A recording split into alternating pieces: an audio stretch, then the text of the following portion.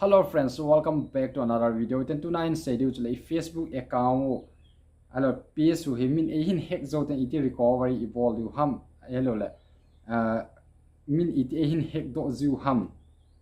I account. A hin hack do zo ten le iti en kiki het na. I account ki hack tai ti iti kiki het ham ti on chu hin sei tha du hin je chun abula ko na zo na ke ne hin ngai pi na channel la tha ne he lung se ten like, share, subscribe in what video no. Kain te me kipat masong kamin chula bonga hin kipan ka video ho pula ko na zone ge nehin ngai pe jen kipat ho ken se na channel a than he lung set then like, share, subscribe in what video no. Kain te ve direct pan tin chai point thum me amasa pe nai min iti hin hack do ham na ta second nai hin hack ten le account iti iti ki he na ham hack tai ti a ten le hin tia chu chai ten le chu iti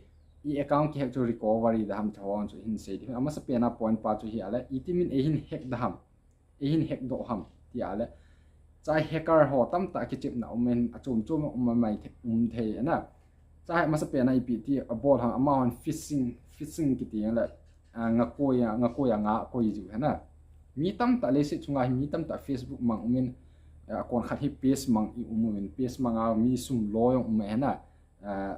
monetize bola piece na kona chu bonus ti ho sum lo na nei hin itin account extra account nei yong chu diu hin chai ma ho hin ipi hin bola ham tele account na nei chu ama hon kon khat hin na phone number e kha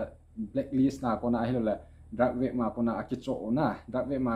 document ho i ham ki zu ekati chu cho a kona chu kon khat hin i number kila do the na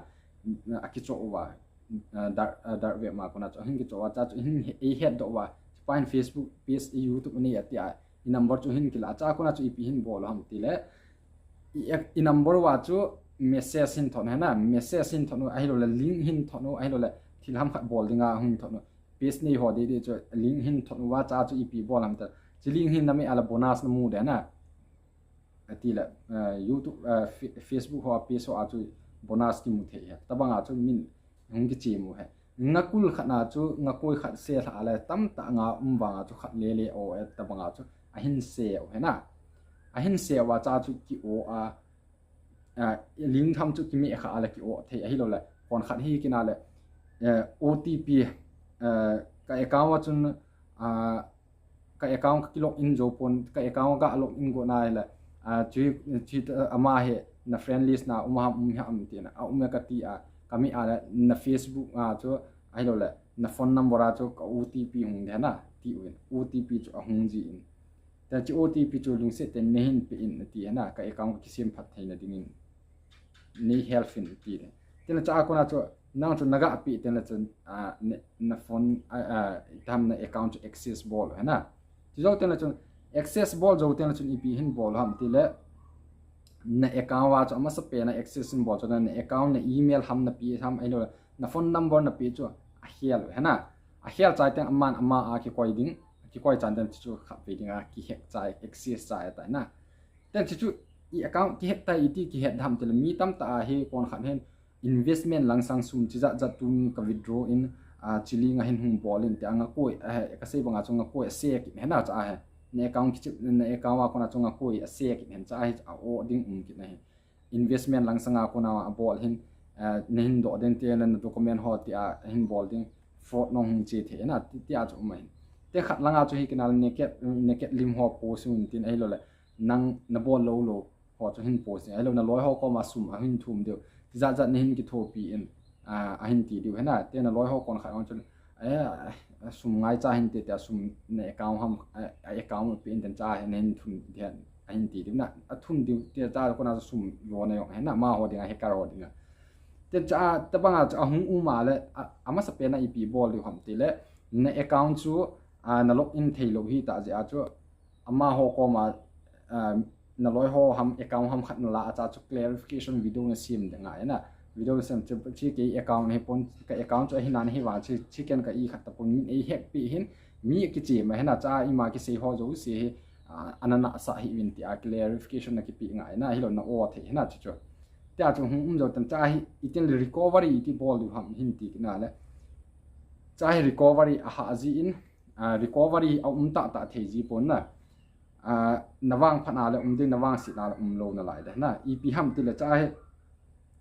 ama hin na account hin hack hin access ding a hi ep hin bol ham telan otp hin thuma an account hin hack zo telan na email ho zo se chu na phone number ho zo se chu a hin hial hana chai nang izat ve mi on chun wrong password ham kitin forgot password me on la chun cha hi recovery bol go yong la chun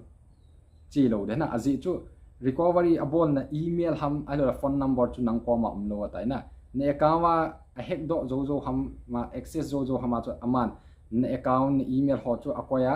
ama a ki koi zo ten na account ho chu na account wa email phone number ho chu remove abol ya chu otp nang ko ma hung lo wa na cha recovery bol ding ta hi ale ama ko ma chu otp chi chu na kila a recovery na ki bol ling ngai na adang chu upai lo recovery email ko yong chu lap lo min ne hin hack chai te na chu ama de lam ta ahin manga ahin man cha ya a khok te na chu na hin pi ting la bo chun na hon do thei de na chi masanga se a chu I tabang forgot password recovery bol go yong la chu ama ko ma ama email chu a chu ai ti sei tham na otp ho chu chi di hi ja chu ama ko ma chu chi di hi ja chu aman la na pi pun tin na pi lo wa recovery na bol do lo de na ai bang kon khat he min som khat ga aman dinga bo mi a hek jewin cho cho ahin le pi ki jiu ta na ahin le pi hi lo wa le ai account ma chu abang ma ahin koi pi ki na itel nang phot changlo ham khana naga check ham naga hon ku na la hung ki hong do ji na cho cho iti sei tham hacker apha ki ti ang apha wa chun ta chun bol ki na ai ma hacker ki ti ten la cha apha lo hi ngin cho a chu ka sei banga chu ki recover wa thei ji te na recover ku na la ma kom ngai aman permission ei pi ngai ama ai lo ama ko ma otp ki la do ten recovery ki bol do thei he ti chu kai ne sang ki pan bula ko na zone ke ning ngai pe ning lat pe je ki pa thu pen se ki pa